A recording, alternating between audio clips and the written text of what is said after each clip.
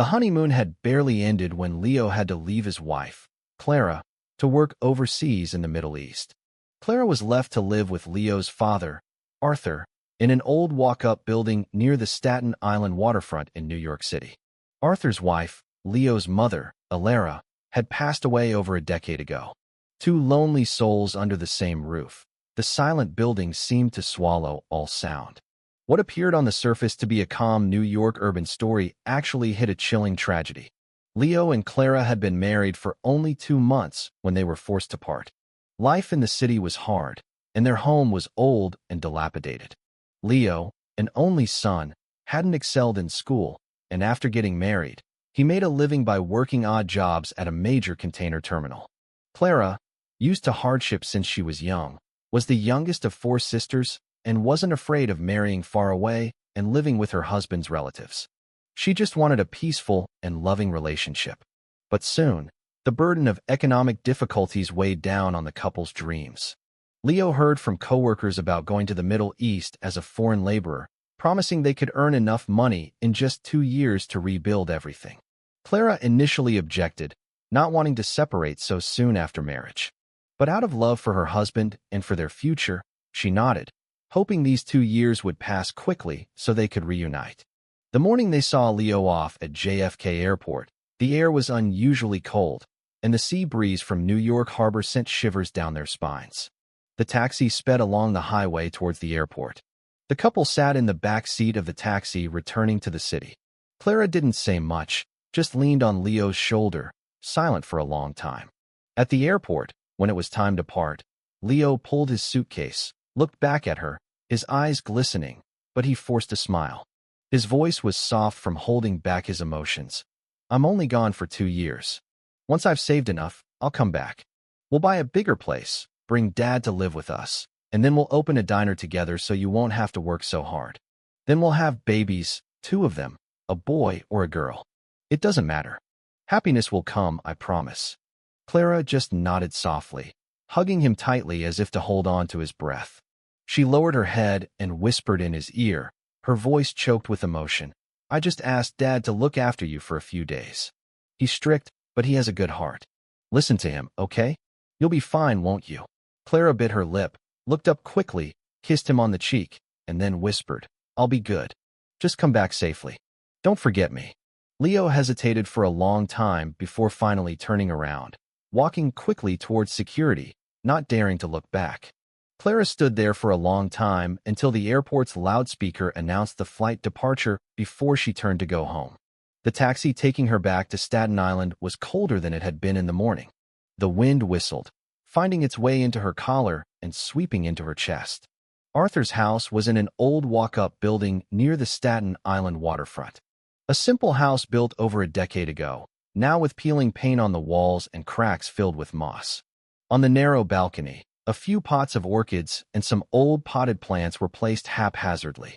After retiring, Arthur had lived alone since his wife passed away. His personality was well known in the neighborhood, taciturn, quick-tempered, and very routine-bound. Leo had once told her, "My dad is very strict, but he has a good heart. He just doesn't know how to express himself, so don't take it to heart." When she came as his new daughter-in-law, she was a bit nervous. But seeing that he wasn't overly harsh, she gradually felt at ease. However, from the moment Leo left, this small home suddenly became unnaturally quiet. On the day she saw her husband off, Arthur opened the door without a smile or asking any questions, just saying one sentence. "Come in, put your luggage there, and go upstairs to rest for a bit. I'll cook lunch." She nodded slightly, pulled her suitcase into the house, and went straight up to the room on the second floor, the room she and Leo had shared since they got married. The room was exactly the same as before. The sheets were the light beige ones she had changed last week. The pillow still smelled of his familiar shampoo. Everything reminded her of the husband who had been gone for less than half a day. She sat on the bed, staring blankly out the window, then sighed, feeling a strange emptiness. That afternoon, as Arthur said, he cooked dinner. Simple dishes: watercress soup, scrambled eggs, and some soy sauce chicken wings placed on the old wooden table by the window. She went downstairs to eat, picked up her food, and sat across from him. But throughout the meal, he didn't say a word, just ate slowly, occasionally nodding when she offered him food, otherwise remaining completely silent. She tried to initiate conversations a few times, asking if he needed help on the balcony or if he needed anything from the market, but he only replied briefly, "No need. I'll handle it." She ate amidst the clinking of chopsticks on the bowl, clearly hearing the sea wind whistling through the window cracks. After dinner, Arthur finished tidying up and told her to rest while he went to the balcony to smoke, his posture hunched, looking out at the distant Staten Island waterfront. She watched him, feeling a vague sadness for some reason, as if this building was too accustomed to the feeling of losing loved ones. A slow descent. In the days that followed, Clara tried hard to fulfill her duties as a daughter-in-law. She got up early to cook, wash clothes, clean the rooms, and make tea for him. She carefully remembered her husband's instructions. Don't talk too much, don't ask questions, and do everything gently and properly. But the longer she stayed in this building, the more she felt the atmosphere becoming heavier with each passing day.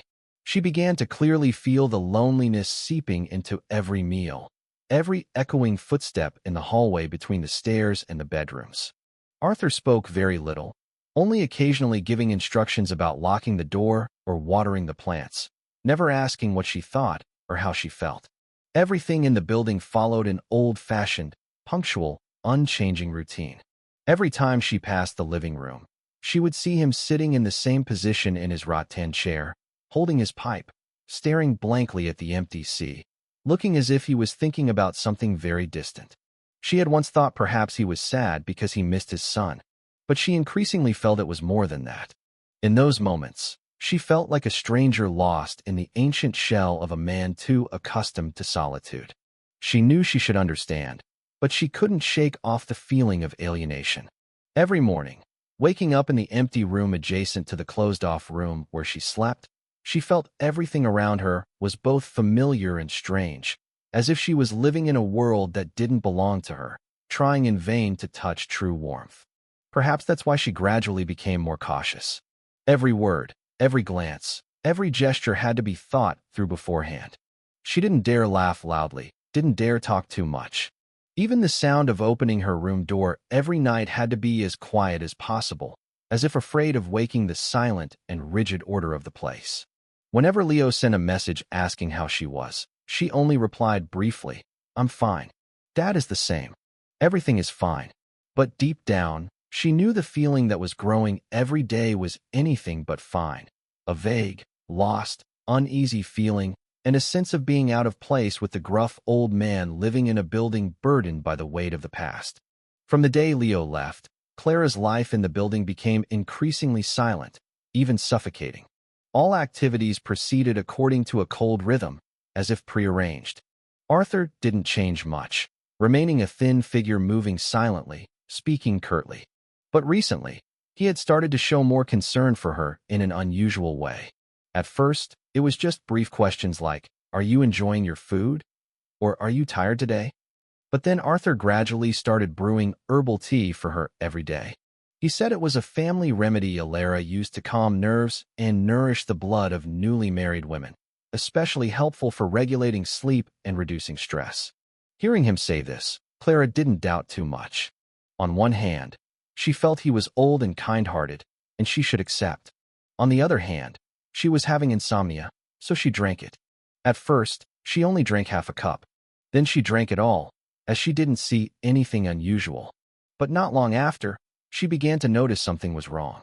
During the day, she often felt tired, her eyes burned, her throat was dry, and sometimes when she was doing housework, she would feel dizzy and her mind would be muddled, as if covered by a layer of fog. Sometimes while cooking, she would forget what she was doing, standing silently in the kitchen for a few minutes, unable to remember if she had just chopped vegetables or put the pan on the stove. She thought it was because she was tired, that she wasn't used to Leo's absence. But this confusion wasn't like normal weariness. It was as if someone was slowly draining her energy, causing her mind to sink into a semi-conscious state. On the evening of that Friday, the situation became even more pronounced. That night, it was colder than usual, and the sea wind whistled through the door cracks, howling like a cry. Clara felt dizzy after dinner. As soon as she lay on the bed, without even dozing off, She felt herself falling into a very deep sleep, so deep that no sound could wake her. She didn't dream, nor did she have nightmares. She just felt herself being sucked into a dark, thick space with nowhere to escape. She didn't realize that she had been targeted by Arthur. The next morning, when she woke up with a start, sunlight streamed onto the bed. The clock showed it was almost 8 o'clock. She sat up in a panic, feeling her body heavy as if pressed down by a ton of stones, her eyes burning, her head throbbing dully, and her heart pounding because she didn't understand what had just happened. She couldn't remember when she had fallen asleep or why she had slept from the previous afternoon until morning. She went downstairs, her steps still unsteady.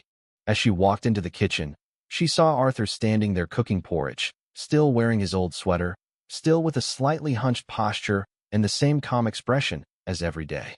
Seeing her come down, he nodded slightly and asked her in an offhand tone, without the slightest surprise, "Did you sleep well, Clara?"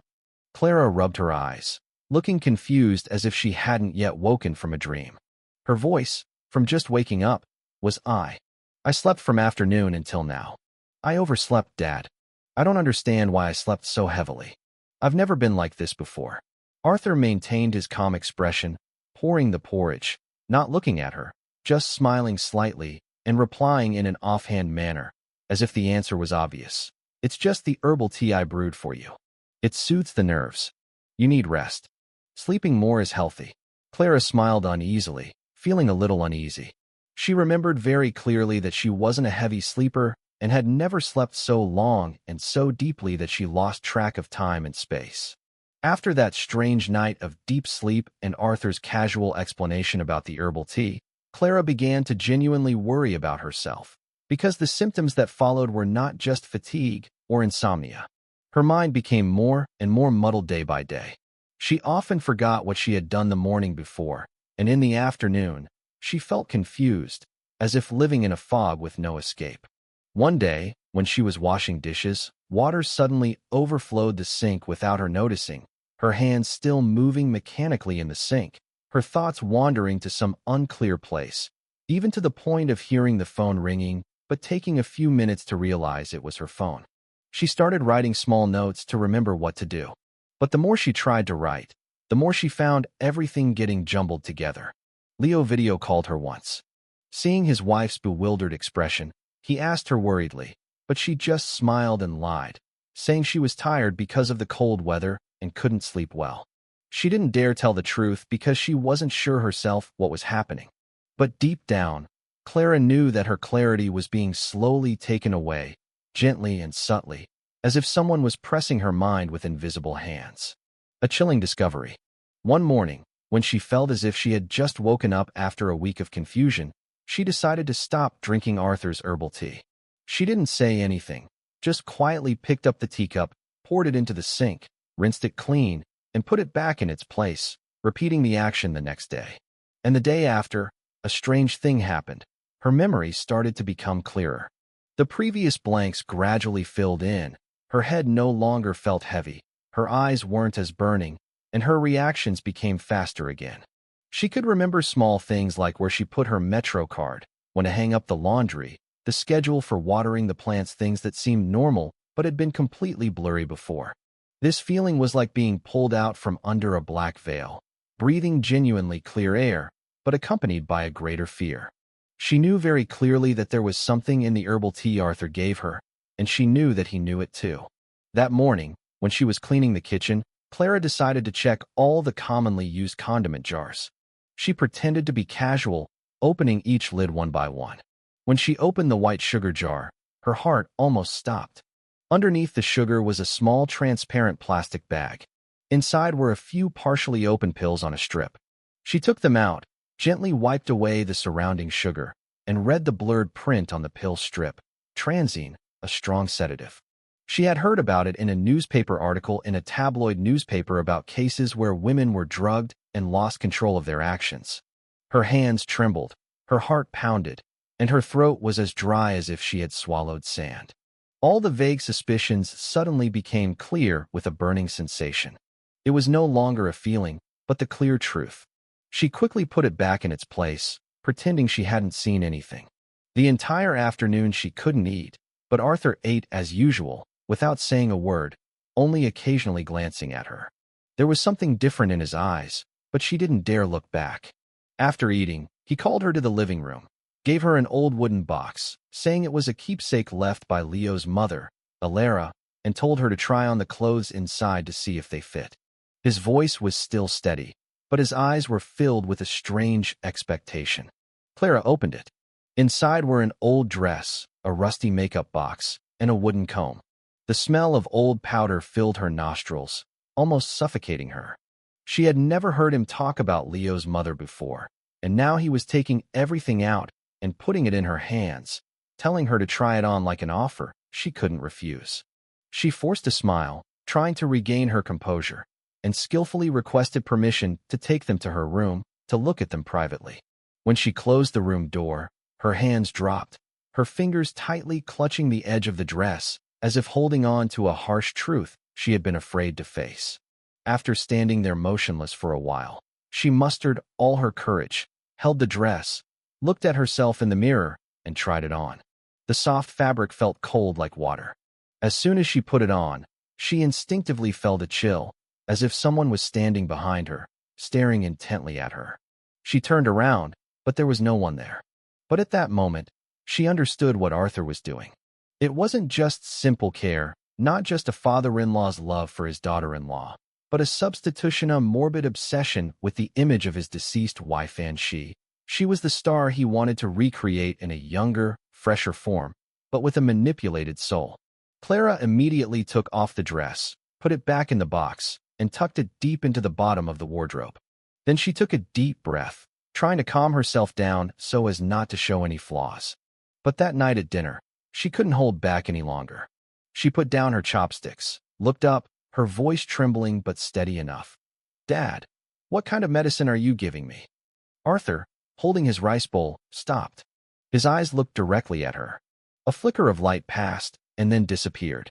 The corner of his mouth twitched slightly, his voice slow but with a hint of unease. His face was very slightly pale, but she saw it clearly. "Dad just wants to calm you down. You're always too stressed." At that moment, Clara could say with certainty that he was hiding something bigger than the pills hidden in the sugar, unveiling the past. From that brief conversation at dinner that day, Clara had no more doubts. She was convinced that Arthur had done something to her and was deliberately controlling her mind in a subtle way. Even more terrifying was the nervous look in his eyes when asked about the medication, his way of evading, justifying it with calmness like a twisted mask, which caused Clara to lie awake all night. She tossed and turned, eyes closed but not daring to fall into a deep sleep. Every subtle sound outside the hallway made her heart pound. Then, around 3 a.m., amidst the faint sound of the sea breeze and the ticking of the clock, Clara unconsciously thought of the third floor, the place Arthur never allowed her to set foot in. When she first came as his daughter-in-law, Leo mentioned that it was his mother's room when she was alive. Since her death, his father had kept the room locked, and no one was allowed in. But now, in this situation, her intuition told her that the third floor hid something important, a secret that had never been revealed. The next morning, when Arthur left the house to play dominoes, she seized the opportunity, took the spare keychain she had obtained from the desk drawer, and went upstairs very quietly. She stopped at every step to listen. The door on the third floor was at the end of the hallway. The paint on the wood was peeling in patches. The lock was still intact, but the key worked successfully after only 3 tries. She took a deep breath and slowly turned the lock. The dry grating sound made her heart tighten, as if she had just touched something forbidden. Gently pushing the door open, the room opened, and a blast of cold air immediately hit her. The air was heavy as if it had been closed for a long time. She reached out and flipped the switch. A faint yellow light illuminated a dusty room. The smell of mildew mixed with something musty and unclear. She walked in, her eyes scanning every corner of the room. The furniture was still intact, including a dressing table placed by the window. The mirror surface had become blurry, but it still reflected the image of a person. She walked closer, gently touching the surface of the table. Dust covered her fingertips, but in the center of the table was a photograph neatly placed in a wooden frame, old and yellowed. In the photo were a younger Arthur and a woman standing beside him, his wife Alara. Her eyes were kind but blurred by time. What made Clara tremble was how similar Alara's face was to hers. From her eyes and nose to her mouth, they weren't identical, but there was a strange coincidence. She felt goosebumps, trembling as she picked up the photo frame and looked at it carefully. Then her gaze stopped on something she couldn't help but notice. Arthur's smile in the photo wasn't a normal happy smile, but a forced smile, slightly tilted, crooked to one side, and strangely, his eyes weren't smiling at all. Instead, they were hollow and unfamiliar, as if the man in the photo didn't know he was smiling or was trying to perform something too forced. Clara put down the photo frame, her mind in turmoil, about to turn and leave. But her gaze suddenly stopped on the wall opposite the bed. In a patch of peeling paint where the light didn't reach, she walked closer, took out her phone, turned on the flashlight, and shone it directly on it, almost screaming because she clearly saw each letter scratched with a sharp object. The handwriting was messy, trembling as if written in a hurried panic. Don't trust him. The words weren't long, but each word seemed to stab into her mind, trembling. The blood in her body felt like it had frozen. She stepped back, her eyes wide open, her mouth moving silently, feeling a chill slide down her spine. The air in the room felt thick and suffocating. She didn't understand why that sentence was in this room, who wrote it, from when, and why there was that warning. But what she was sure of now was that the fear in her heart had exceeded its limit. Everything was slowly piecing together in her mind like rewinding a tape. Arthur was giving her medicine hidden in the herbal tea, making her wear his wife's old clothes, and he was keeping a room that no one was allowed near. And now there was a message like a silent scream from the past echoing. Everything was leading her towards a dark truth. Even if she didn't know what the whole picture would look like, she clearly understood one thing. If she didn't escape this bizarre game quickly, the next one to be twisted could be herself. She backed away, heading for the door, her hands still trembling, her mind filled with hundreds of unanswered questions. But just as she went down each step of the stairs, a new determination formed in her mind. She would find out everything, no matter how cruel the answer, because now she couldn't trust anything Arthur had ever said. A call for help. After discovering the strange message, don't trust him. In Alara's room, Clara's state of mind was no longer normal. She was always in a state of confusion and unease, and constantly troubled by vague images that were unclear whether they were real or fabricated. Every night, despite trying to stay awake, she would fall into restless, exhausted sleep and often have nightmares. She dreamed of being locked in a tiny, cramped studio apartment with wire mesh covering the window and only a small hole at the top letting in a faint light. She screamed, cried, pounded on the door until her hands bled, but no one answered. Outside, there was no sound of footsteps, only a low male voice echoing as if pressing close to her ear, whispering chillingly, "You can't go anywhere. You're mine. Always mine." The voice was so familiar that she felt afraid even after waking up. Opening her eyes, it was the real darkness in the room on the second floor. Her heart pounded. Sweat covered her forehead. The blanket and pillow were messy, and her mind still echoed with the sounds from the dream.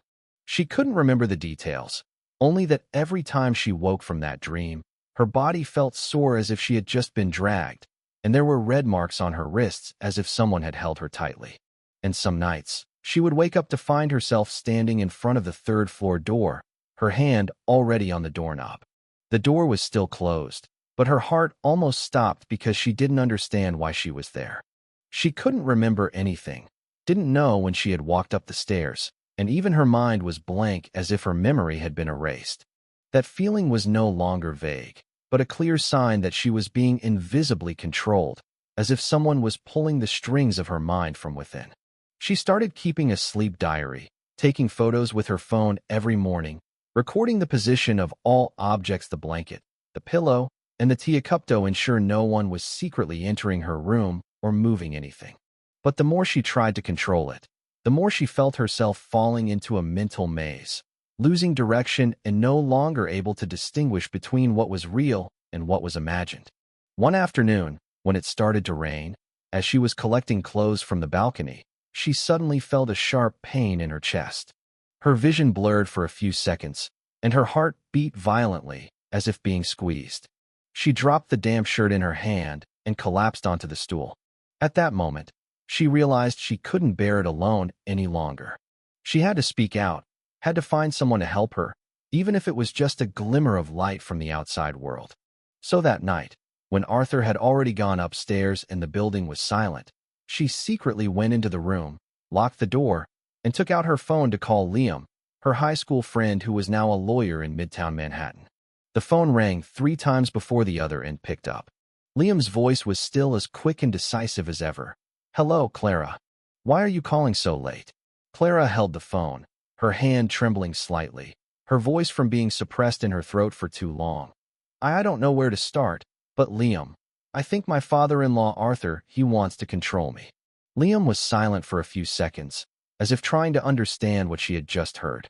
Clara continued to speak, the words pouring out uncontrollably. "I feel like I can no longer control my sleep. I'm sleepwalking. I wake up in some unexplainable places, and I found medication in the sugar, transine. And there's a sentence in Alara's room. Someone wrote, 'Don't trust him.'" Her voice weakened with each word, as if being strangled. On the other end of the phone, Liam's voice was almost a scream.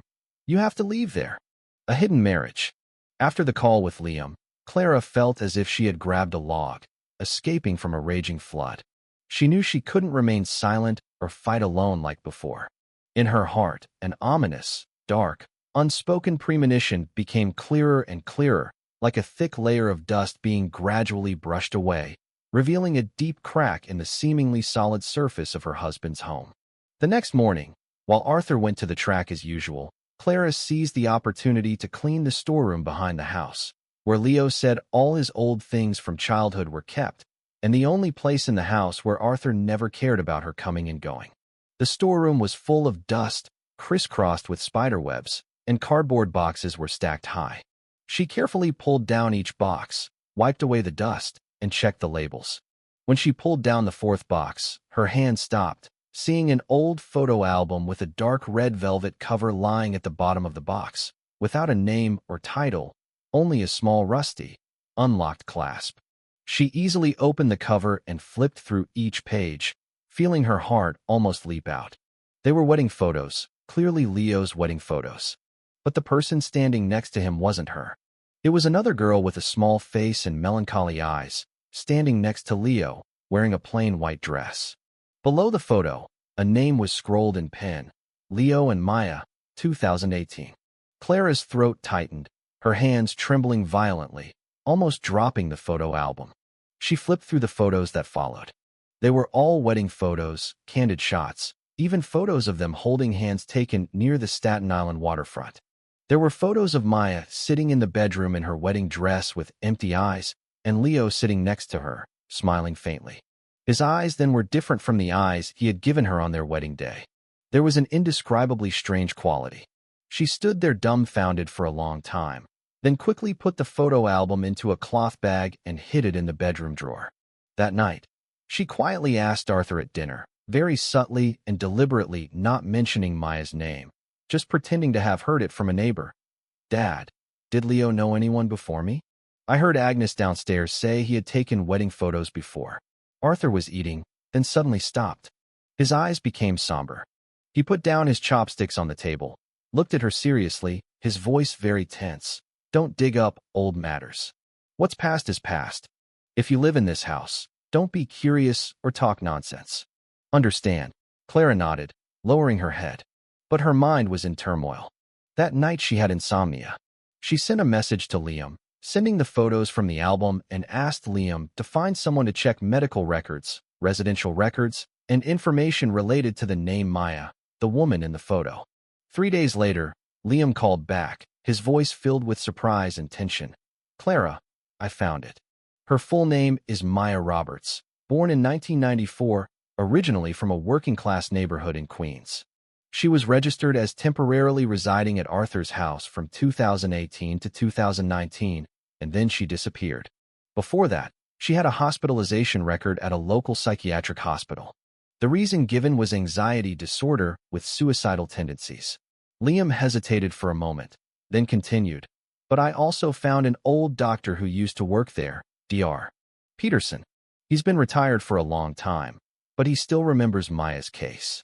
He said her condition wasn't as severe as stated in the medical record, only symptoms of postmarital stress and some slight insomnia. But strangely, she was discharged less than a month after being admitted without a formal medical assessment, and he never saw her again. Clara was silent. Her head was exploding. Everything was slowly taking shape. Leo had been married to someone else.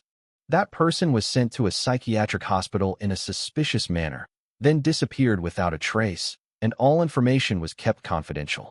No one in the building mentioned Maya. There were no wedding photos displayed, no discussion. Everything was as if Maya had never existed. Clara hung up the phone, her heart pounding. She sat by the window numbly the entire afternoon, Arthur's words echoing in her mind. Don't dig up old matters. But it was this prohibition that made her want to dig deeper. Because if there was nothing suspicious, why hide it like this? Then those strange dreams, the locked images, the whispers, "You can't go anywhere," came back, this time clearer, closer to her ear. She started to be afraid, not just of Arthur, but also of the secret he and Leo were hiding. The storeroom's secret. Clara couldn't bear it any longer. After discovering the truth about Leo's first wife, Maya, the woman who mysteriously disappeared with a mental health treatment record and completely hidden by Arthur's entire narrative, her heart was burning. Every strange dream, every vague whisper, every detail she initially thought was just a coincidence was now piecing together. And they all pointed to a place Arthur had always forbidden her from approaching, the back alley storeroom. It was the only place in the building he never allowed her to set foot in, even locking the door, saying it was full of old, moldy things not worth looking at. But Clara no longer believed him. She clearly felt that there was something truly hidden under that floor. Once discovered, it would overturn the entire veil of secrecy. So that morning, when Arthur said he was going to play cards, Clara waited for him to leave and immediately returned to the living room, using the spare key she had secretly taken before. She tried it on the storeroom lock, but it wouldn't open. She wasn't surprised because she knew very well he had changed the lock. She had to go to the kitchen, get a cleaver, and then return to the dusty wooden door. Her heart pounded as if it would jump out. Her hands trembled, both fearful and determined. She put the cleaver into the lock and used all her strength to pry it open, the sound of metal grating harshly. After a few violent blows, the lock broke open and fell off. She took a deep breath and gently pushed the door open. A cold, damp air rushed out as if rising from underground. At that moment, she imagined someone had just breathed on her face. She took a step back, but then regained her composure, turned on the flashlight on her phone, and walked in. The storeroom space was dark, damp. The smell of mold mixed with a fishy odor, creating a nauseating combination that made her want to vomit. She covered her nose and shone the light around. The walls were peeling, covered in mold. The floor was rough. The dust was thick, so thick you couldn't even see old footprints clearly. But as she shone the light towards the corner of the room, her gaze immediately stopped on a black stain on the cement floor, about half a meter long, like a patch of dried blood. She walked closer, her heart pounding, bent down and reached out to touch it gently. A layer of dust fell off, revealing a brown-red stain soaked into the floor. Clara touched it, feeling it was rough and chilling. She shone the light on the surrounding walls and suddenly saw a small crack between two bricks. Instinctively, she put her hand into the crack and pulled gently, and suddenly an entire brick came loose. She pulled the brick out with all her strength, dust flying everywhere, and inside was a small, very hidden wall compartment. Someone had bricked it up, but not tightly enough to completely cover it. Inside the compartment was an old wooden box, about the size of a notebook, with the lid closed but not locked. She shone the light around to make sure no one was watching, then took out the box and with trembling hands opened the lid. There wasn't much inside, only a slightly faded silver necklace with a circular pendant engraved with a small, blurred line, Maya and Leo. Just that was enough to make Clara feel cold all over. She clutched the necklace tightly, holding it closer to the light to look at it carefully, and was convinced that these were Maya's personal belongings, the woman from the wedding photo album, the woman who was once Leo's wife and was now never mentioned by anyone. Underneath the necklace were some small, folded pieces of paper. The paper yellowed as if preserved for a long time. She gently unfolded each piece of paper, and inside were messy lines, hurried handwriting, trembling letters, ink smudged in places but still legible. I'm locked in here. I'm not crazy. I know he's drugging me. He's keeping me because I know the secret. Someone has to believe me. Clara read each word, feeling every sentence stab into her mind. Frantic and chilling, she had no more doubts. What was happening in this building wasn't just simple control, but a complete hidden tragedy. A woman who once lived in this house was imprisoned like a prisoner, forced to endure the reputation of being mad. And now no one remembered her anymore. But what made Clara choke up was not just those pieces of paper, but the signature below each one. Just Maya, incomplete, unnecessary, because she already knew who the author was. The confrontation. Holding the old diary pages and the necklace engraved with Maya's name in her hands, Clara's heart was in turmoil, her mind occupied by hundreds of unanswered questions. The scrolled words like a cry for help from hell still echoed in her mind. I'm imprisoned. I'm not crazy. He's drugging me. And now she knew very well who the author was. Leo's first wife. The woman who was hidden, pushed into oblivion by a sophisticated web of deceit. She couldn't remain silent any longer. She needed to know the whole truth, even if she had to confront the person who was trying to hide it.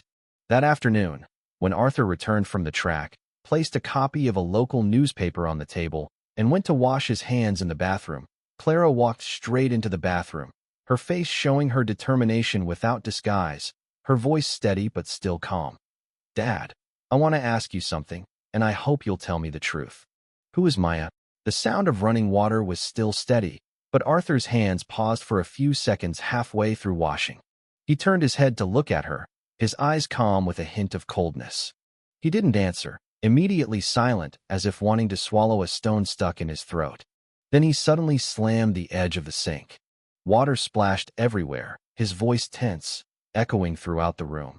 You are not allowed to mention that name in this house. Clara took half a step back in surprise, but then she stood her ground and looked him directly in the eye. What are you hiding? Maya was Leo's wife, wasn't she? Where is she? Why does no one talk about her? Why is there a note in the storeroom that says, I'm imprisoned? Arthur spun around violently. His face no longer calm as it had been. It was contorted, half red, half pale. His eyes suddenly bulging, twitching slightly as if trying to suppress something very big that was about to erupt. He walked towards her quickly, his voice squeezed through his teeth, so low that she could barely hear it. You've been eavesdropping. You've been searching everywhere. You went down to the storeroom alone, didn't you? Clara didn't answer, but her eyes were her confirmation. Arthur almost screamed.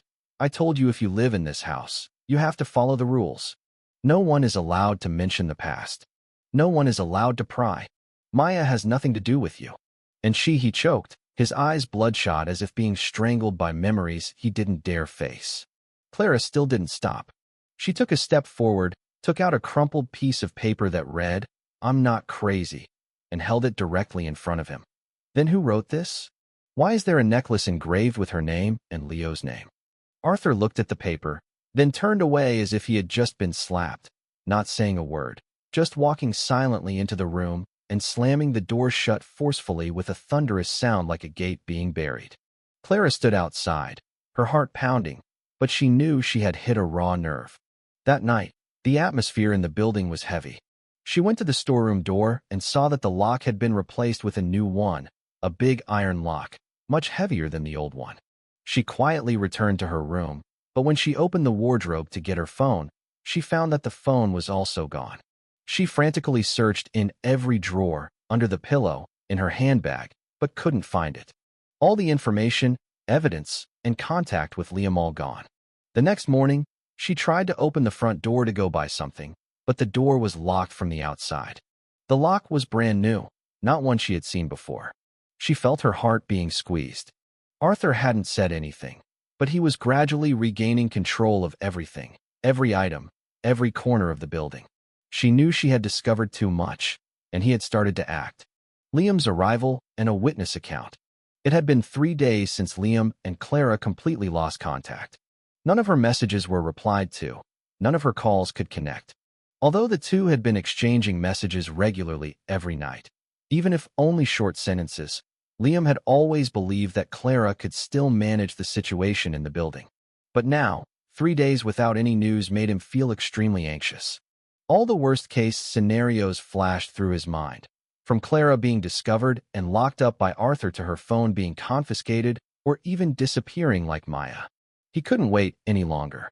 Early that morning, Liam packed his things, brought his phone, a voice recorder, and a copy of Maya's medical records, hired a taxi from Midtown, and rushed straight back to Clara's house on Staten Island, not daring to think for another second, because the more he thought, the more he felt that something very abnormal was secretly happening in this building. When he arrived at the edge of the Staten Island waterfront, he dismissed the taxi and immediately walked along a small path leading to the back of Arthur's building. Only those who had lived nearby for a long time knew this path, which bypassed the front door and which must now be locked tight, as Clara had said. Liam spent a few hours observing the situation around the house. Only when he saw Arthur come out of the alley wearing a raincoat and carrying a large bag that looked like he was going to the distant track or to play cards did he dare to approach the house, gently tapping the back alley wall 3 times, the signal they had agreed upon beforehand. There was no response from inside. He knocked a second time, longer this time, and then he whispered, "Clara, it's me. Liam is here." A few seconds later, there was the very faint sound of a door latch being opened. Clara's fearful eyes peeked out from the crack in the door. Her face haggard, lips dry and cracked, eyes sunken and dark circles under her eyes like someone who hadn't slept well for a week. But when she saw Liam, she almost screamed, quickly pulling her friend in and immediately locking the door. Clara trembled and whispered, "I thought I would never see you again." He took my phone, locked the doors, forbade me from leaving the house. "I'm truly locked up, Liam." Liam hugged her tightly, holding her forcefully, and he could hear Clara's heart pounding in her chest. "It's okay now. I'm here. This time I won't leave you." They sat heavily in the kitchen, trying to keep their voices down, but their eyes were filled with 1,000 words. Clara quickly recounted everything that had happened over the past 3 days, from Arthur suddenly changing the front door and storeroom locks to searching her room and taking her phone, and even forcing her to sit in the living room under his supervision, appearing like a shadow behind her anytime she left his sight, with no privacy left. After listening to all of this, Liam took out the copy of Maya's medical records from his bag and pointed to the section with the deleted note. This part originally clearly stated that the family requested her admission for observation. And who was that family member? It was Arthur. He sent Maya to the psychiatric hospital. This hospital was involved in a document forgery scandal last year, and the timing coincides exactly with Maya's disappearance. Clara was silent, her hands trembling. She took out the wooden box she had carefully hidden behind the stove and showed Liam the piece of paper with the scrolled writing. "I'm not crazy. I'm imprisoned." Liam read it quickly, then clasped her hand, his voice cold. "Enough. This time we must act. We can't wait any longer." They planned together, the first step being to approach the people living around Arthur's building, those who had seen and heard but had been silent for many years. That afternoon, they both dressed in shabby clothes, pretending to be relatives from out of town visiting. They started asking around in the vicinity. They went to Martha's herbal tea shop, an old neighbor living on the waterfront drive. Clara braced herself and walked in first, with Liam following closely. After exchanging a few pleasantries, Martha recognized Clara, opened the main door for them to enter, and invited them to sit at the old table in the shop. When she heard Clara say she was investigating the story of Maya, Leo's former wife, Martha paused slightly, her eyes looking into the distance as if brushing away a very thick layer of dust from the years. She sighed softly, handed Clara and Liam a cup of herbal tea each, and then slowly spoke. "I know about this, but no one has ever dared to speak of it. Back then, I was still working down on the waterfront and often saw Arthur and Leo, and also that girl named Maya. Maya was always very silent, as if she had something on her mind. One night, I saw Arthur dragging Maya and forcing her into a black van. The sky was dark, and I couldn't see Maya's face clearly, but she kept struggling as if she was being pulled violently. Her mouth seemed to be covered, so she couldn't scream, only soft whimpers, and then she disappeared into the van. After that night, I never saw her again. She was silent for a few seconds, then lowered her head, her hands trembling, holding the teacup.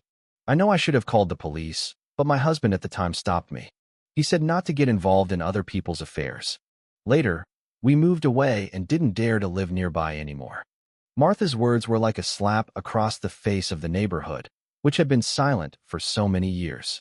A buried truth was now clearly surfacing. Liam silently recorded, then held Clara's hand. His eyes looked at his friend, full of determination, knowing that the next step would be irreversible. Confrontation and capture. That night, an unexpected torrential rain poured down, as if the heavens wanted to end everything with a storm. The wind outside howled, tearing at the old window frames of the building, and the rain beat against the windows. The building shook with every gust of wind, but the situation inside was 100 times more chaotic than outside, because when Arthur returned, his raincoat was soaked. His face was pale from the cold rain, but his eyes were red with rage. When he saw a pair of unfamiliar slippers at the entrance, he froze at the door for a few seconds. His voice echoed in the heavy air, "Who's in my house?" Clara and Liam were in the kitchen, having just finished packing all the documents and recordings, and were startled to hear the door being slammed open. They looked at each other, knowing they had been discovered. Clara pushed Liam behind the cupboard in the corner of the kitchen while she walked out, pretending to be calm. "Dad, you're back." Arthur looked at Clara, his gaze sweeping over every corner of the building, his eyes stopping at Liam's shoes, then stopping at the dining table where 2 sets of bowls and chopsticks were still steaming. He walked slowly, picked up the cleaver from the draining rack, his voice low. "Who was here? Who ate with you?" Clara tried to lie. "I was just eating alone. I was hungry, so I set 2 sets of bowls and chopsticks to have some atmosphere." Arthur laughed dryly.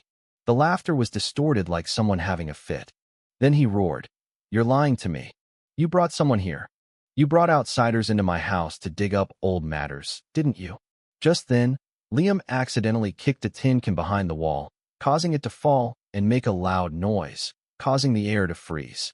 Arthur quickly turned around and ran towards the source of the sound, violently pushing open the flimsy cupboard door, seeing Liam standing there trembling.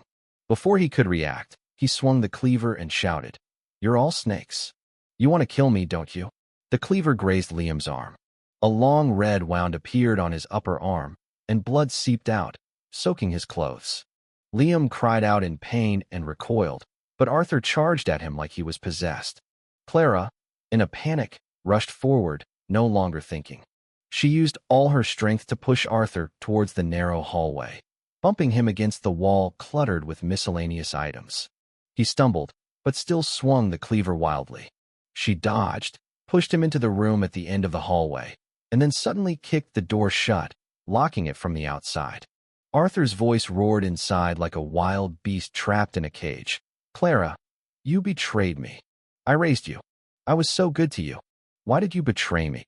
Clara stepped back, her hands trembling because the old lock wasn't fully engaged due to age. But finally, the door clicked shut, and she gasped. Liam sat heavily on the floor, clutching his bleeding arm. Clara quickly grabbed a clean towel and swiftly bandaged the wound, her eyes filled with tears, but her lips were tightly sealed. She took out Liam's phone, the only one Arthur hadn't found, and tremblingly dialed 911, but her mind was too chaotic.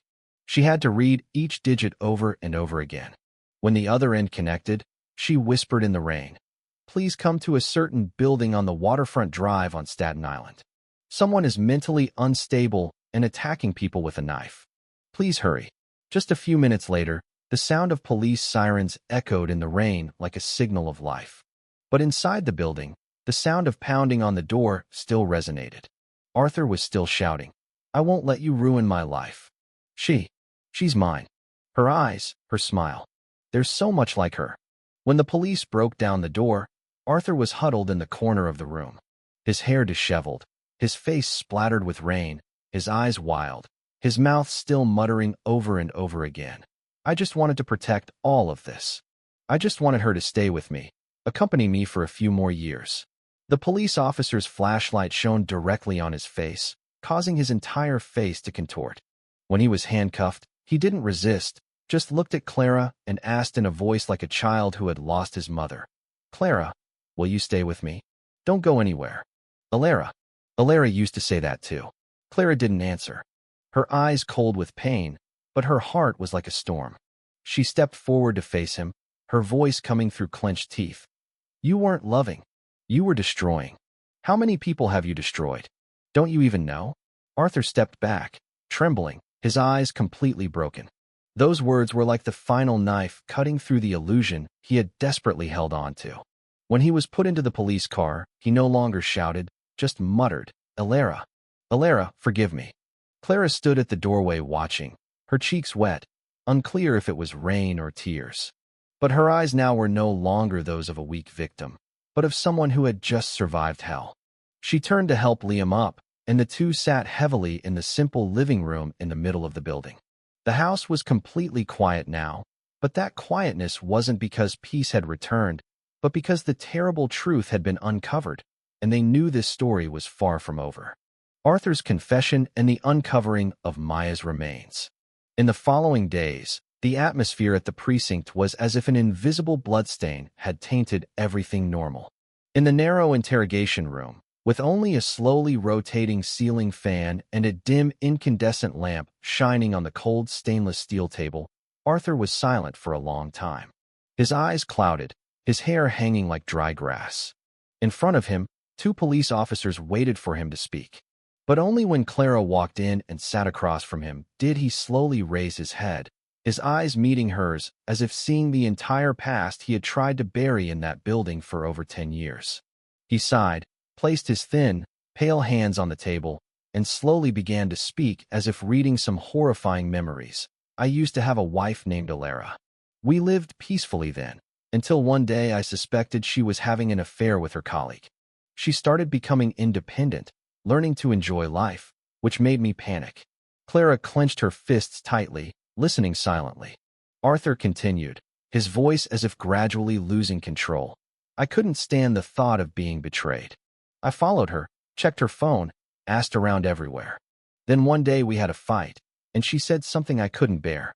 She said I was old, boring, unable to satisfy her needs. She said she was leaving me. I went crazy. I pushed her. Just a gentle push, but she slipped and fell down the steep stairs of the building, her head hitting the concrete steps. Blood. Lots of blood." He paused, his eyes wide as if he could still see the scene, then whispered, "People thought it was an accident. I didn't tell the truth. I kept silent. After some time, Leo brought Maya home. That girl had the same eyes as Alara, just as stubborn, just as asking questions that made me uncomfortable. But at first I thought it was just a coincidence, until she found the old documents." His voice trembled. "She asked me about Alara, asking why the timeline on the death certificate didn't match. I knew I couldn't let her turn everything upside down, so I started putting the sedative transine in her herbal tea, her soup. She started sleeping more. Her mind became confused. I locked her in the back alley storeroom, where Alara used to stack miscellaneous things or hang laundry." Liam stood behind the one-way mirror, his fists clenched until his knuckles turned white. Clara lowered her head, her throat tight as if someone was strangling her. Arthur continued his confession. "At first, I still gave her enough food and water, but she kept screaming, pounding on the door, threatening to call the police. I was so scared, so I locked the door even tighter. Didn't give her any more food. I thought it would only be for a few days, but then she became weaker and stopped talking. When I opened the door, she wasn't moving anymore." A deathly silence spread. The police officer recording the confession remained silent. Arthur laughed dryly. "I panicked. I took her body, wrapped her up, and dug a pit in the cement ground in the back alley, right in the corner. It's always damp and dark there. Hard to be discovered. I buried her there. Since then, every time I see that corner, I don't dare go near it anymore." Clara screamed, "You're a monster. What did you think you were loving?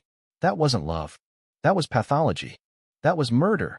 Arthur fell silent, just closing his eyes, neither resisting nor defending himself. It was as if at this moment, all his strength had been exhausted by the past. That afternoon, under Arthur's guidance and referencing records, the police, accompanied by a forensic team, arrived at the building. Clara and Liam stood in the distance, watching everyone digging in the corner of the back alley. Clara felt a chilling sensation, as if she was watching her entire life through someone else's lens.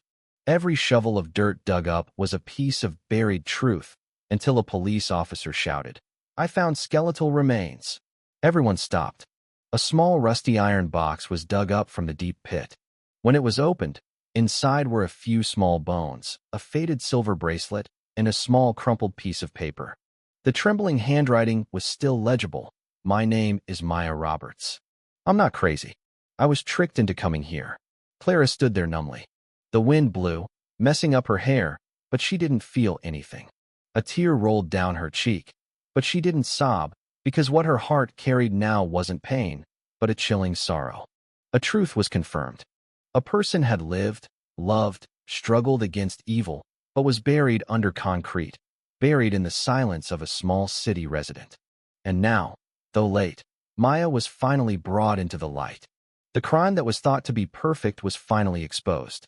But in Clara's heart, one thing was clear. This story was not over, because everything Arthur had just confessed still lacked the final piece of the puzzle.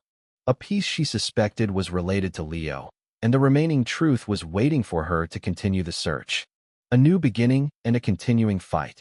After the case concluded, the dilapidated three-story building was cordoned off, surrounded by yellow police tape, like a rope tightly binding all the sins that had silently lurked within. Clara stood in the distance, watching, her heart no longer filled with fear or resentment. Only one thing keeping her strong, awakening. She was no longer the timid woman forcing herself to live each day in a toxic home. She was no longer the wife who waited for her husband with tears in her eyes. No longer the daughter-in-law who hid from watchful eyes. Now she was a survivor, a witness, someone speaking up for the souls buried underground. She returned to Midtown with Liam. They started a charity organization called Metro Haven, a place welcoming women in the city who had suffered mental abuse, imprisonment, control, and seemingly peaceful families, and had been silent for too long. In their cramped office in a rented studio apartment, there was only a table, a few chairs, and a large sign that read, "I believe you. I'm here to support you." Clara and Liam met with women who came knocking on their door every day. They told similar stories. Husbands locking them in rooms, fathers-in-law drugging their herbal tea, mothers-in-law mentally manipulating them, and some women who had become shadows of themselves out of fear because they had loved the wrong person, because society told them to endure. Clara listened to everything without interrupting, without judging, just listening, because she had once been one of them. She knew that just having someone believe them could give them enough courage to step out of the darkness. Not long after, the media started noticing her story. Newspapers like the Post and the Times reported on the case that happened on Staten Island. Some TV stations invited her on to talk shows, and reporters came to the office asking for interviews. Then an article titled, "I Survived Hell," the story of an NYC woman breaking the silence, appeared online. Her photo was taken in dim light, her face delicate, but her eyes filled with trauma. The article was quickly shared tens of thousands of times, causing a huge reaction in the city. Clara didn't want fame, but she knew this was an opportunity to make more people dare to speak out. That night, as she and Liam returned to their cramped studio apartment in Queens after a group counseling session, sitting by the small window of their rented place, sipping iced tea, her phone vibrated. A strange message appeared with no sender name, only one line. "I wasn't alone. L." She froze, not blinking. And then another line immediately appeared. Maya knew this, but she didn't dare speak. The phone number was strangely blocked, showing no area code.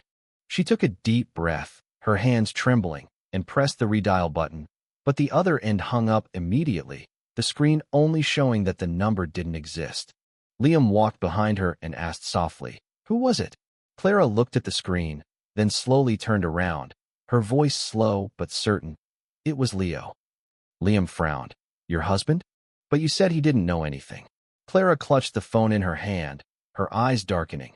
"I used to think that, but now I'm not so sure." They were silent. The sea wind from the New York harbor blew fiercely through the window cracks, causing the simple curtains to flutter as if someone was standing outside, listening. Liam whispered, We have to re-examine all the records, history, Maya's life, and look for any gaps during Leo's time in the Middle East. Clara nodded, a new emotion rising in her heart. Not fear, but a deep vigilance, as if the person she had once loved and trusted was also becoming part of the dark picture she thought was complete. She thought of Arthur's eyes when he was handcuffed, eyes that didn't blame Leo. He hadn't mentioned his son in any of his confessions, as if he was holding back the last part of the truth. For whom? The next morning, Clara walked out of the building in Queens, a scarf fluttering gently in the wind from the New York harbor. Sunlight shone on her face, no longer the dimness of old, but the radiance of someone who had been through everything and still stood strong. She looked up at the sky, her eyes clear, a voice echoing in her mind. This war has just begun, and this time, she isn't alone. Justice and lasting legacy. In the following weeks, Liam and Clara delved into every minute detail of the truth. Like two experienced detectives, they carefully examined Leo's communication records and bank statements during his time working in the Middle East, as well as his correspondence with Arthur, trying to find any clues. However, Leo seemed to have acted very cautiously, leaving almost no direct evidence. All clues pointed to Arthur, who seemed to have taken all the blame alone. Just as Clara and Liam were feeling at a loss, a new lead surfaced. Liam contacted a close friend of Maya from when she was alive. This friend revealed to them that Maya had secretly told her that Leo had been addicted to gambling before their marriage and had incurred huge debts. Maya was always very worried that Leo's gambling addiction would ruin their lives. The friend said she tried to persuade him to quit gambling, but Leo wouldn't listen at all. Not long after they got married, Leo started becoming increasingly irascible and often lost his temper at Maya over small things. I knew Maya was very unhappy in the marriage. Clara and Liam immediately realized that this lead might be the key to unlocking the mystery. They immediately contacted investigators from a special unit and reported Leo's suspected involvement in gambling fraud. Investigators immediately launched an investigation and quickly discovered that Leo had indeed accumulated huge gambling debts before his marriage and had squandered Maya's dowry not long after. In order to repay his gambling debts, Leo even colluded with the casino to set a trap for Maya and swindle money from her parents.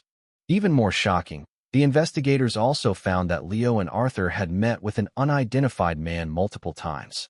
This man was likely the casino owner. Investigators suspected that there might have been some unspeakable transaction between Leo, Arthur, and the casino. After gathering sufficient evidence, the special unit immediately launched an operation to arrest Leo. When investigators found Leo, he was gambling heavily in a casino in the Middle East. Faced with irrefutable evidence, Leo finally broke down and confessed to his involvement in the persecution and imprisonment of Maya. But he still insisted that he had not killed Maya. I admit that I wronged Maya. I did many excessive things to her, Leo cried, but I truly didn't kill her. It was her who couldn't cope and chose to commit suicide. However, investigators did not believe Leo's defense. They gathered more and more evidence proving that Leo was the real murderer of Maya.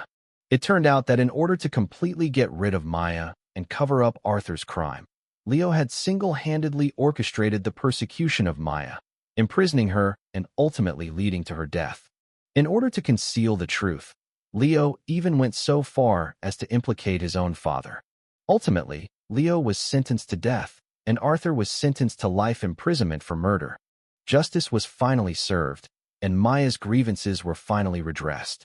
After everything had settled, Clara and Liam stood in front of the dilapidated three-story building where Maya had once lived. The building had been completely demolished, leaving only a pile of ruins. "Do you think all of this is over?" Liam asked, his voice carrying a hint of weariness. Clara shook her head, gently touching the scar on her arm left from defending against the cleaver. "Perhaps for Maya, it's over. But for us, the battle has just begun. There are still too many women living in fear and silence, and we must speak out for them. Help them step out of the darkness." They returned to Metro Haven, where they continued to provide assistance to women who had suffered mental abuse and control. Their story spread throughout the world, inspiring more people to stand up and bravely face the darkness. Clara knew that Maya's story would forever inspire her, reminding her not to give up hope, not to stop fighting, because only when all the lanterns are lit will the darkness finally be dispelled. Years later, Leo died in prison during his sentence.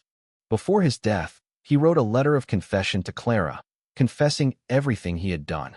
In the letter, Leo admitted that he bore undeniable responsibility for Maya's death and stated that he had been tormented by guilt. He begged for Clara's forgiveness and hoped that she could forget him and start her life anew. After reading Leo's letter, Clara had mixed feelings. In her heart, there was both hatred and pity. She hated Leo's cruelty and selfishness, and at the same time, pitied his weakness and helplessness. Ultimately, Clara chose to forgive Leo and decided to let go of the past and start her life anew. Clara continued to operate Metro Haven, helping more women in the city overcome difficulties. She became a prominent figure in the city, and her story touched countless people. On a bright, sunny afternoon, Clara came to the Staten Island waterfront. She stood by the sea, looking at the distant horizon, her heart filled with emotion. She thought of Maya, thought of Arthur, thought of Leo, thought of everything from the past. She took a deep breath, as if to inhale all the sorrow into her lungs. Then she slowly exhaled, as if to release all the pain.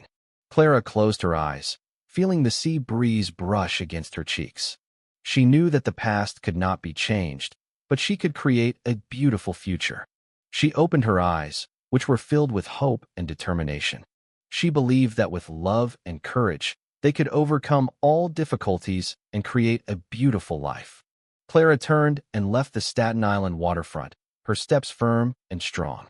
She knew that her path was still long, but she would not shrink back. She would continue to fight for the rights of women in the city until the last moment of her life.